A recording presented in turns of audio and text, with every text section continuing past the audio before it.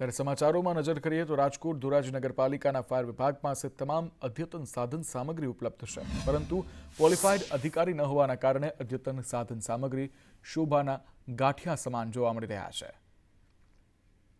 ધોરાજીમાં તળાવ કે ડેમ પડવાના બનાવ જે છે તે બનતા રહે છે.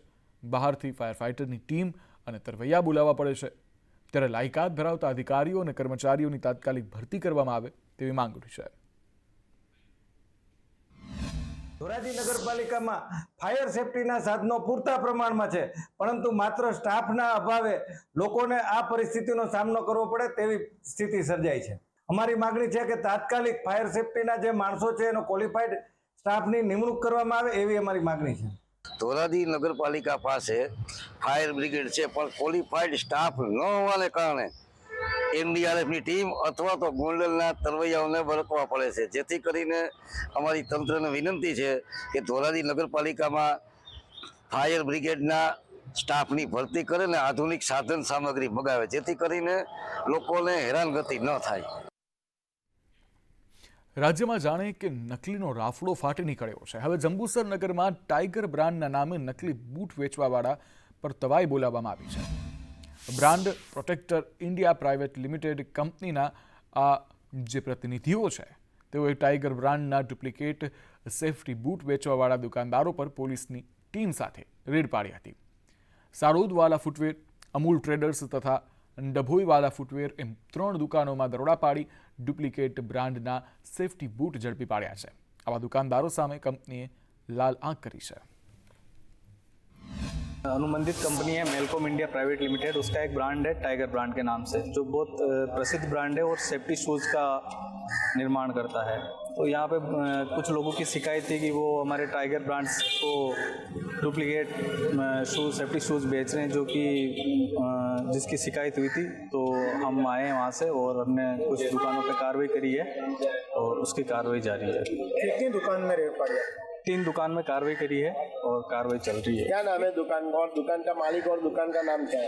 अमूल ट्रेडर्स है दुकान का नाम है, एक डबोई वाला है और एक सरोद वाला है.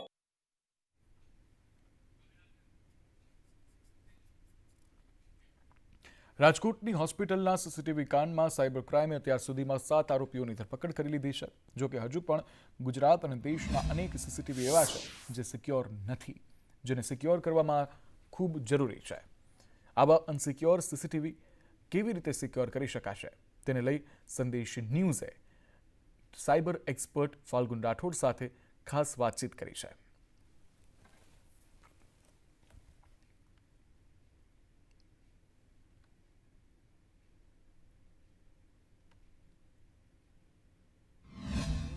સંજય સિસોદિયા છે, એમની દિલ્હી ખાતેથી ધરપકડ કરી અને કોર્ટમાં અને રજૂ કરી અને 6 દિવસમાં રિમાન્ડ મેળવેલા છે.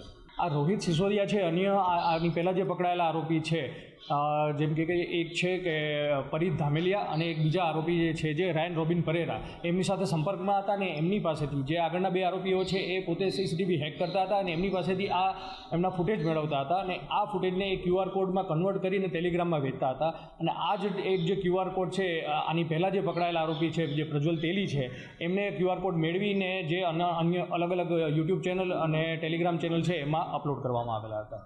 8 મહિનાથી આ જે અન્ય આરોપી જે પરીત ધામેલિયા અને બીજા જે આરોપી છે રાયન રોબિન પરેરા એના સંપર્કમાં હતા અને અત્યાર સુધીમાં અંદાજે 1 લાખની આસપાસ જેટલી રકમ એને આ પ્રકારની એક્ટિવિટીથી મળેલી છે. ફાલ્ગુનભાઈ, આ જે ઘટના મને ખૂબ જ ચિંતાજનક છે. સૌ કોઈ માટે આ ઘટના લાલબત્તી સમાન છે. આ ઘટના કેવી રીતે બની, કેવી રીતે સીસીટીવી વાયરલ થયા? આપણે હોસ્પિટલની વાત કરી રહ્યા છે તો હોસ્પિટલની અંદર જે કેમેરાસ છે, ઓબ્વિયસલી મેનેજમેન્ટ વિચારે કે અમે રજા ઉપર હોઈએ, અમે લોકો બહાર હોઈએ તો આપણે એક્સેસ કરી શકીએ અને બેઝિકલી રેકોર્ડ્સ માટે પણ આપણે લોકો રાખતા હોઈએ છીએ. સો એ કેમેરાસનો એક્સેસ જે છે એ લોકો સ્ટેટિક IP એડ્રેસ ઉપર રાખતા હોય છે. જ્યારે હું સ્ટેટિક IP એડ્રેસની વાત કરું, કોઈ પણ ડિવાઇસ જ્યારે સ્ટેટિક IP અસાઇન થાય છે, એ ડિવાઇસ ઘણી બધી એ ઇન્ટરનેટથી એક્સપોઝ થઈ જાય છે. ઇન્ટરનેટથી એક્સપોઝ થવું દેટ મીન્સ તમે એક વેબસાઇટ બનાવી અને એ વેબસાઇટ હવે આખી દુનિયા જોઈ જ શકશે. સો સેમ વે તમારું આઈપી એડ્રેસ ઇન્ટરનેટ ઉપર એક્સપોઝ થતાની સાથે શોધાન છે, ગૂગલ છે, ઇવન ગૂગલ પણ એ ડેટા કલેક્ટ કરે છે અને ગૂગલ એની વેબસાઇટ ઉપર હમણાં જેવી રીતે આપણે જોયું તો એ બધી વેબસાઇટ તમારા કેમેરાસ છે એ બધું એક્સેસિબલ છે અને ઇન્ટરનેટ ઉપર જેને પણ આનું થોડું ઘણું નોલેજ હશે, એવું નથી કહેતો કે આપણે કોઈ એક્સપર્ટની જરૂર છે, એ 1-2 દિવસ 1-2 કલાક પણ બેસશે ને એને થોડું ગ્રાસ્પિંગ સારું હશે, શીખી લેશે અને એ પર્ટિક્યુલર વિડીયોઝને કન્ટિન્યુઅસલી જોઈ શકે છે અને એમાંથી મે બી ડાઉનલોડ પણ કરી શકે છે. તમે જ્યારે પણ સીસીટીવી ઇન્સ્ટોલ કરો કે કોઈ પણ નવો ડિવાઇસ, તમે ઇવન મોબાઈલ ફોન પણ લો છો, જે એની પાસવર્ડ, એનો જે ઈમેલ આઈડી હોય અથવા તો પાસવર્ડ હોય, એ પાસવર્ડ તમારે થોડો ડિફિકલ્ટ રાખવાનો રહેશે અને ચેન્જ કરી દેવાનો રહેશે. જે ડિફોલ્ટ ક્રેડેન્શિયલ હોય છે એ છે યુઝર નેમ એડમિન અને પાસવર્ડ એડમિન. ઘણી બધી જગ્યાએ યુઝર નેમ એડમિન અને પાસવર્ડ બ્લેન્ક, એટલે તમે ખાલી લોગિન કરશો તો લોગિન થઈ જશો. સો આ જેટલા પણ આજે તમારા ઘરમાં જો કે તમારી કંપનીની અંદર જો આવી રીતે કોઈ પણ કેમેરાસ છે એના ઇમિડિયેટ બેસિસ ઉપર આ સેશન થ્રુ આ ઇન્ટરવ્યૂ પછી તમે ઇમિડિયેટ બેસિસ ઉપર તમારી આઈટી ટીમને બોલાવીને અને ચેન્જ કરાવી દો. સેકન્ડરી, જો તમે બહારથી એક્સેસ કરતા હોવ છો તો બહારથી એ એક્સેસ ડાયરેક્ટ ના થવું જોઈએ. એની અંદર તમે ફાયરવોલના રૂલ્સ ક્રિએટ કરી શકો. It should be accessible via only VPN. ઘણા બધા સીસીટીવી કેમેરાસની અંદર લોક્સ ક્રિએટ નથી થતા, કોણે એક્સેસ કર્યું, ક્યારે કર્યું. સો આ બધી વસ્તુ તમે ધ્યાનમાં રાખવાની રહેશે. કેમેરા પર્સન મુકેશ પરીખ સાથે પ્રતિક જાદવ, સંદેશ ન્યૂઝ, અમદાવાદ. અમદાવાદમાં વિરમગામ ડાંગર કૌભાંડ કેસ આરોપી ખરીદ અધિકારી પોલીસ મથકે હાજર થયો. HM ઠાકોર પોલીસ મથકે હાજર થયો છે. વિરમગામ ટાઉન પોલીસે પૂછપરછ હાથ ધરી. હજુ એક આરોપી વિક્રમ ચૌધરી ફરાર છે, તેને શોધવા માટેની પણ તજવીજ હાથ ધરવામાં આવી છે. ખરીદ અધિકારી પોલીસ મથકે હાજર થયો છે.